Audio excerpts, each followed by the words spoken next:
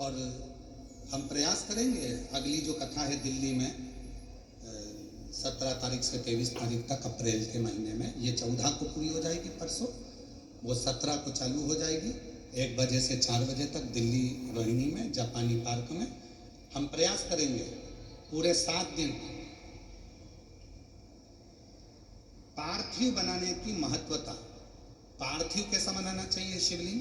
पार्थिव बनाने में संतान के लिए पार्थिव कैसा बनाना चाहिए, रोग मुक्ति के लिए पार्थिव कैसे बनाना चाहिए, वंश वृद्धि का अलग अलग पार्थिव का निर्माण जो बताया गया है, कैसा पार्थिव कैसे बनना चाहिए, हम पूरा प्रयास करेंगे। और आस्था चैनल वालों से भी निवेदन है, हमें याद दिलाना और एड पे भी चला देना। पार्थिव शिव महापुराण की कथा हम दिल्ली में रोहिणी में जो पंजाब बाग में जापानी बाग में जो कथा है 17 तारीख से, उसमें पार्थिव शिवलिंग बाजी कि पार्थिव का निर्माण कैसे करें, पूजन कैसे करें, कितना बड़ा पार्थिव होना चाहिए, बेलपत्री की कौन सी पत्ती के ऊपर पार्थिव बनाया जाए, 3 पत्र में से कौन से पत्र पर पार्थिव बनाया जाए जिससे ये कार्य पार्थिव। और पार्थिव पूजन का फल एक पत्र है, अच्छा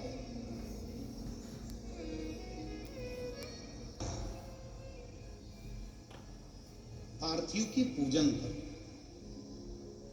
जो करेगा उसे मिलेगा, जो करेगा। और फिर 5वां सूत्र बताया, जिसके गले में रुद्राक्ष हो, भस्म हो, शिवलिंग पर चढ़ा हुआ जल हो, आचमन हो, उसका दर्शन मात्र शिव का दीदार करा देता है, शंकर का रुद्राक्ष। और फिर निवेदन करूं इस व्यासपीठ से, भीलवाड़ा की इस पवित्र धरा पर, मेरे देव अधिदेव महादेव की इस पवित्र भूमि से,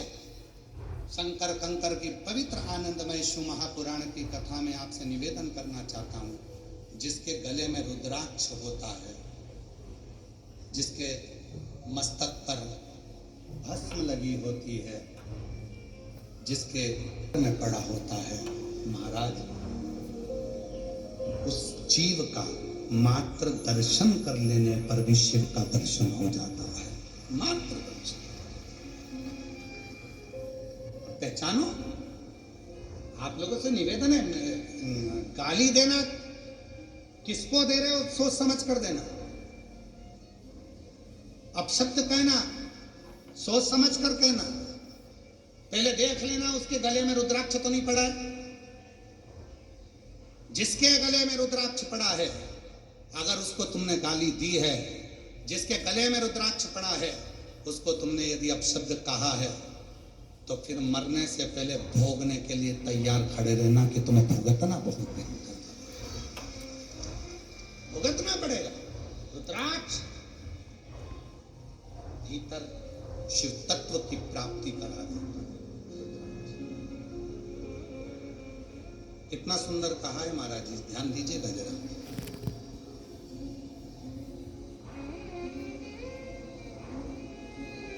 बेलपत्र की,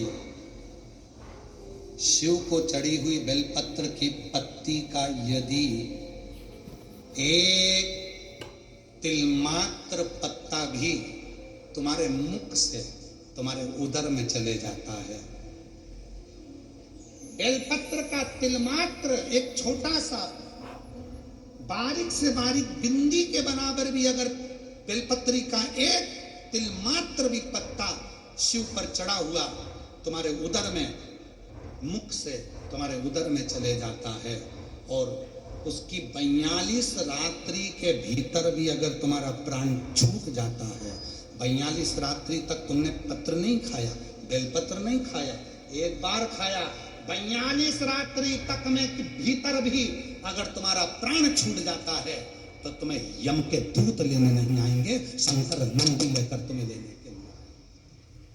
सिवाय एक बेलपत्र के पत्र के एक बिंदु के बराबर भी उसमें सुख की अनुभूति है, सुख की अनुभूति।